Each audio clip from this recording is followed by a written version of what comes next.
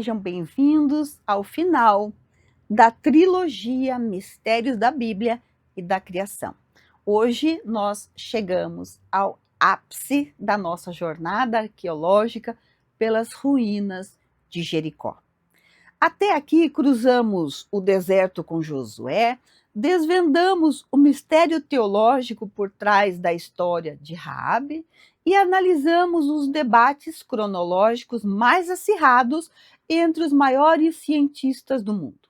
Mas agora nós vamos deixar de lado as teorias acadêmicas para confrontar os fatos brutos e irrefutáveis gravados no próprio solo.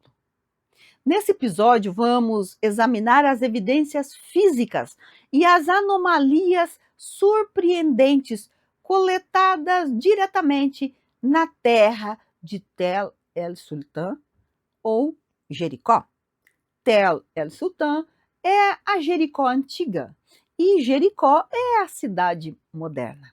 Fortificações que caíram para o lado errado, um incêndio apocalíptico intencional, silos cheios de grãos intocados que revelam um segredo militar e religioso estarrecedor. Além disso, descobriremos a impressionante conexão histórica que une os passos de Josué aos passos de Jesus, nas mesmas ruas poeirentas da cidade das palmeiras. Prepare o seu coração, porque as pedras de Jericó estão prestes a falar. Eu sou a Mari e você está no canal Palavra Cria. Te convido a se inscrever no canal, deixar seu like, compartilhar o vídeo no grupo da família e com aquele amigo que gosta de escavações arqueológicas.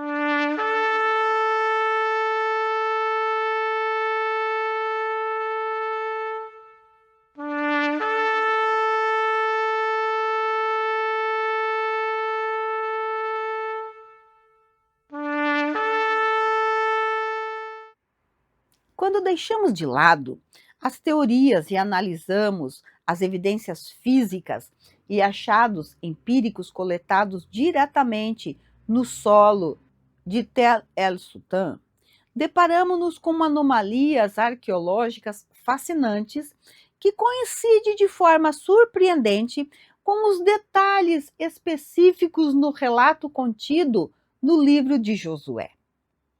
A primeira e mais impressionante evidência diz respeito à mecânica do colapso das fortificações. Os relatórios de engenharia militar e arqueologia demonstram que Jericó possuía um sistema de defesa formidável. Uma muralha externa de tijolos de barro, assentada sobre uma robusta base de pedra, com cerca de 2 metros de espessura. E uma segunda muralha interna, ainda mais massiva, erguida no topo de um talude inclinado. Em cercos militares convencionais da antiguidade, quando as muralhas ruíam sob o impacto de ariete ou escavações subterrâneas de sapadores inimigos, os tijolos caíam invariavelmente para dentro da cidade. No entanto, em Jericó, as escavações de John Carsten e as revisões subsequentes registram um padrão anômalo único.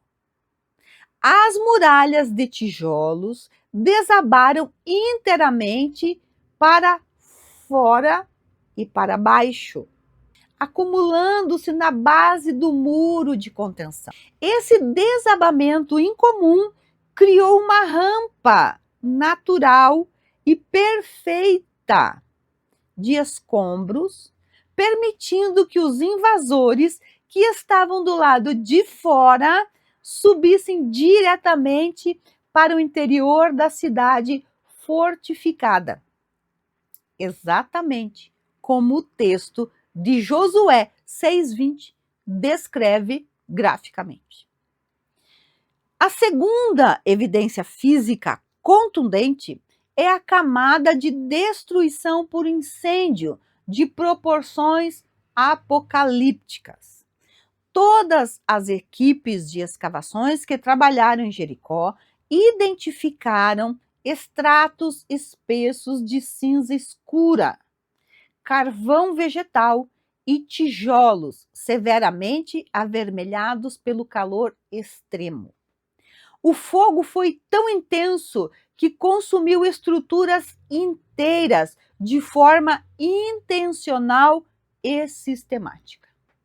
Mais uma vez, há uma correspondência direta com o mandamento de Erem, registrado no texto bíblico. Porém, a cidade e tudo quanto havia nela queimaram a fogo. Mas A maior anomalia arqueológica de todas repousa nos armazéns e silos da Jericó aniquilada. A descoberta de grandes jarros de cerâmica completamente cheios de grãos preservados por carbonização.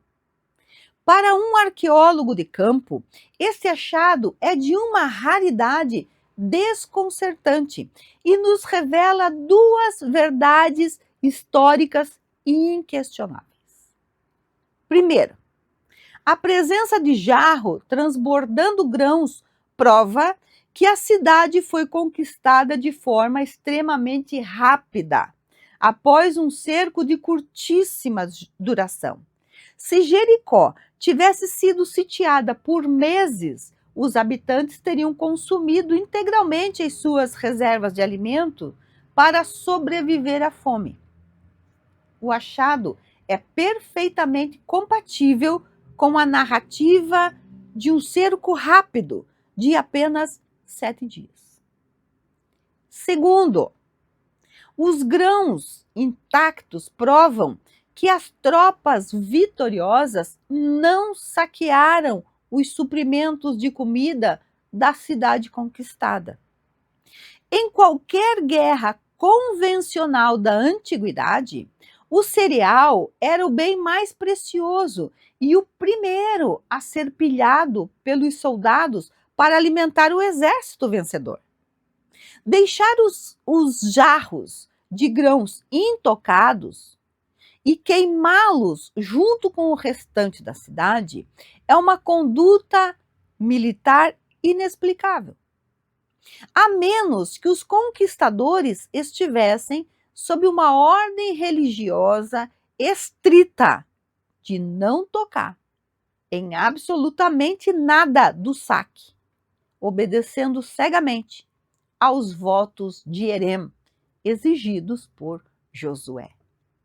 Adicionalmente, os mapeamentos arqueológicos realizados na porção norte do sítio revelam um detalhe geográfico notável.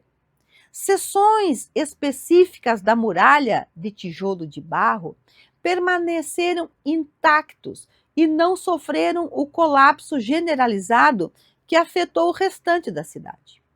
Embora a ciência não possa cravar a identidade dos antigos moradores dessas seções sobreviventes, a existência física dessa estrutura residencial preservado em meio às ruínas total ecoa com precisão o relato bíblico de que a residência de Raabe, embutida nas muralhas, foi milagrosamente poupada da destruição para preservar a sua vida e a dos seus familiares. As evidências dos grãos e das muralhas caídas para fora são de arrepiar a espinha de qualquer investigador da história.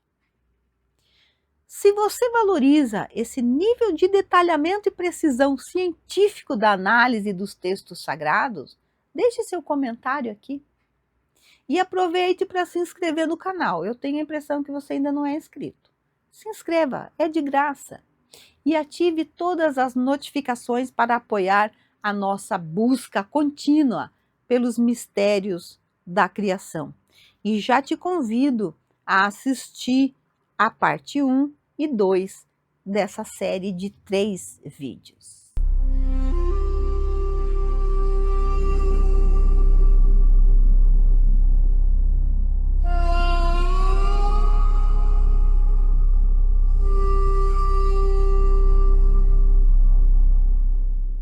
Vou apresentar as complexidades e as controvérsias e os limites interpretativos que ainda dividem os maiores especialistas em arqueologia do Oriente Médio.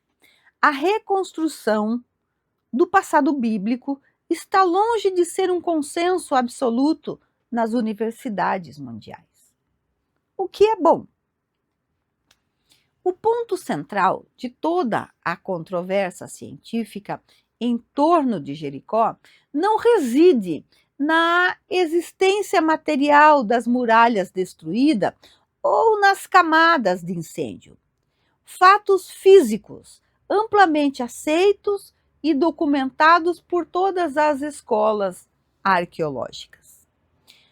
O grande embate acadêmico gira em torno da cronologia exata.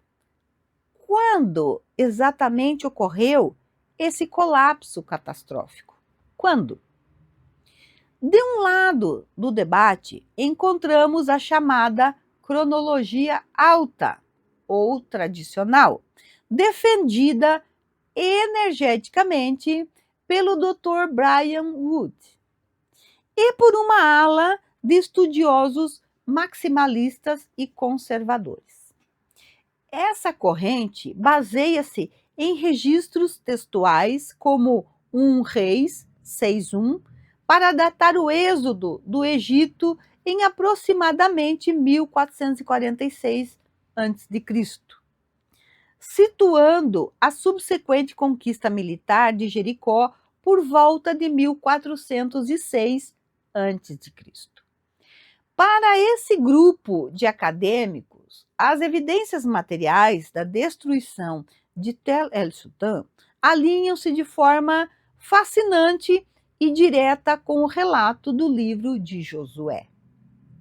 Do outro lado, ergue-se a cronologia baixa ou crítica, abraçada pela maioria dos arqueólogos seculares e pela chamada Escola Minimalista de Copenhague.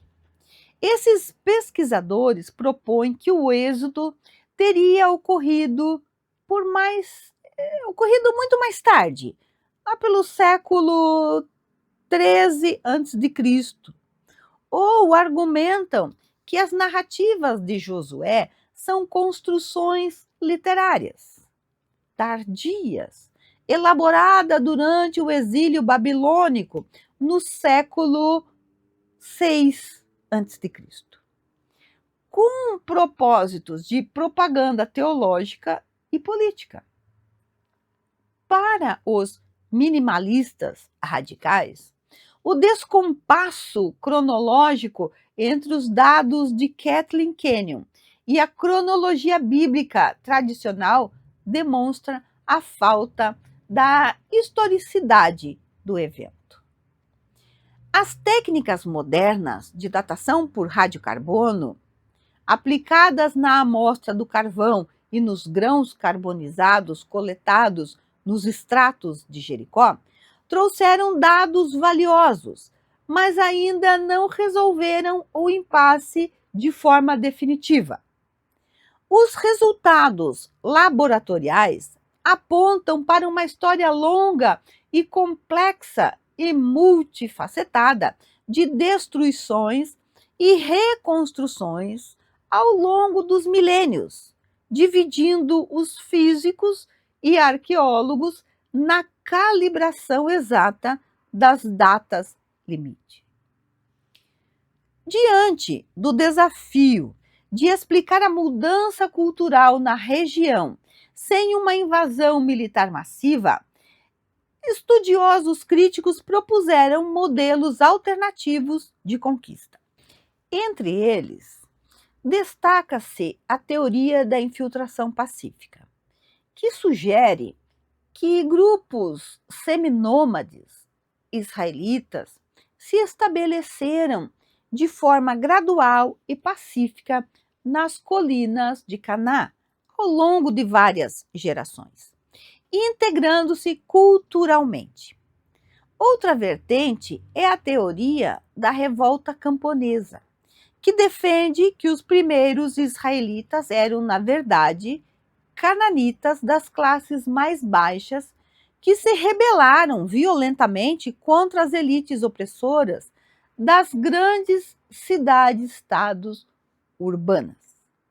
Contudo, esses modelos teóricos alternativos enfrentam sérias dificuldades científicas para explicar o registro estratigráfico real que demonstra a destruição violenta, traumática e praticamente simultânea de múltiplas cidades fortificadas na região do Bronze Tardio, como Azor, onde se encontrou uma camada de cinza com mais de 1 metro de espessura, e Laques, além de uma mudança abrupta e radical nos padrões de assentamento habitacional da região. O debate permanece em aberto e cada nova temporada de escavações lança novas luzes e perguntas sobre as pedras milenares de Tel el-Sultan. A história da venerável cidade de Jericó não se encerra com o colapso das suas muralhas militares no tempo de Josué. A herança histórica e religiosa estende-se como um fio condutor que atravessa os séculos e conecta o Antigo ao Novo Testamento de maneira profunda e fascinante. Séculos após as trombetas de Josué terem silenciado o carisma e a presença de uma outra figura central da história humana, ecoaria de forma marcante pelas mesmas ruas poeirentas da cidade das Palmeiras. Jesus de Nazaré. O Novo Testamento registra passagens memoráveis de Jesus por Jericó, revelando como a sua mensagem atraía multidões de seguidores em busca de milagres e ensinamentos espirituais. É precisamente no coração de Jericó que ocorre o célebre e comovente episódio de Zaqueu. O texto evangélico descreve Zaqueu como um homem rico, chefe dos publicanos e cobradores de impostos da região, mas que sofria com a sua pequena estatura física. Desesperado para conseguir enxergar Jesus em meio à densa multidão que bloqueava a sua visão, Zaqueu toma uma decisão inusitada. Ele corre à frente do cortejo e escala uma árvore, um sicômoro antigo, para poder vê-lo passar. Ao chegar embaixo daquela árvore, Jesus olha para cima, chama Zaqueu pelo nome e anuncia que se hospedaria de forma honrosa em sua residência naquele exato dia. O gesto de compaixão e inclusão operou uma transformação moral instantânea no coração do homem próspero de Jericó, que decide doar metade dos seus bens aos necessitados. Até os dias atuais, os viajantes e peregrinos que visitam a Jericó moderna demonstram profunda reverência à árvore histórica que, segundo as tradições locais, acolheu aquele momento memorável. Note a extraordinária simetria histórica e espiritual que a arqueologia e o texto bíblico nos revelam quando sobrepomos essas narrativas. Jericó, a cidade que testemunhou o início da conquista militar de Canaã, sob a liderança firme de Josué, torna-se séculos depois o cenário onde Jesus manifesta a essência da sua missão de paz e restauração espiritual. Ambos os nomes, Josué no Antigo Testamento e Jesus no Novo Testamento, derivam exatamente da mesma raiz linguística do hebraico original, Yeshua, que significa o Senhor salva. Na Jericó antiga de Josué, a salvação e a preservação da vida entraram na casa de uma mulher marginalizada pela sociedade, a cortesã Raabe, que demonstrou fé no Deus de Israel. Na Jericó do Novo Testamento de Jesus, a salvação entra de forma restauradora na casa de um outro homem marginalizado e odiado pela sociedade, o publicano Zaqueu. A cidade das palmeiras e do ócio material é palco recorrente, onde o Criador escolhe manifestar sua graça transformadora sobre as fraquezas e limitações humanas. Ao final da nossa exaustiva investigação científica, histórica e teológica pelas areias do tempo, qual é a afirmação histórica e equilibrada que nós, como arqueólogos e pesquisadores, podemos fazer sobre as muralhas de Jericó? A arqueologia de campo possui limites intrínsecos e metodológicos óbvios. Ela é perfeitamente capaz de desenterrar pedras, analisar cerâmicas domésticas, registrar incêndios antigos e medir as espessuras de fortificações desabadas. Mas ela jamais poderá capturar em laboratório o sopro sobrenatural de um milagre ou provar as motivações espirituais escondidas nos corações dos homens de outrora. Contudo, o que sabemos com absoluta certeza científica e empírica é impressionante. As ruínas materiais de Tel el-Sultan provam que uma cidade dotada de um sistema duplo de fortificações massivas existiu naquele exato local. Que essa cidade sofreu uma destruição violenta, repentina e completa por um incêndio generalizado, que suas imensas muralhas de tijolos de barro desabaram de forma totalmente anômala para fora e para baixo, criando rampa de acesso. E que grandes jarros repletos de grãos foram abandonados intactos ao fogo, indicando uma conquista milenar ultra rápida e a ausência absoluta de saques convencionais de alimentos.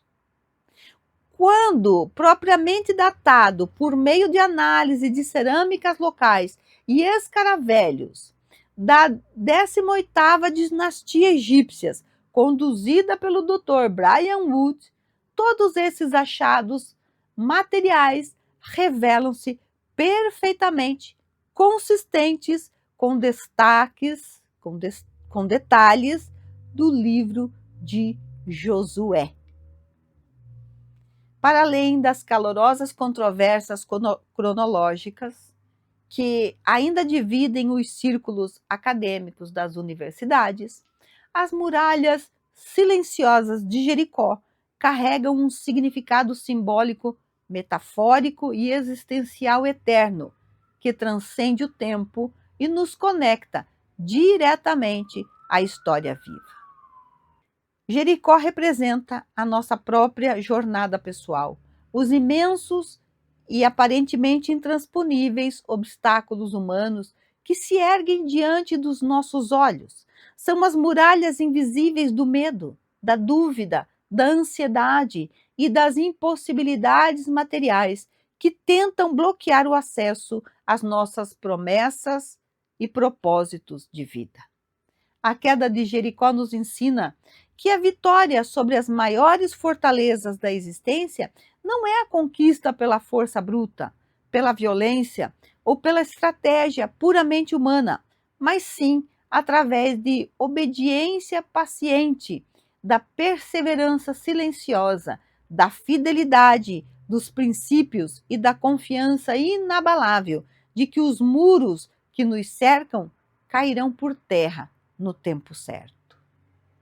Há mais de 3.400 anos, algo extraordinário e profundamente impactante aconteceu naquele pedaço de terra árido no Vale do Jordão. Um evento tão marcante e visceral que os seus ecos materiais continuam a testemunhar nas escavações e a reverberar com força total na fé de milhões de pessoas ao redor do mundo.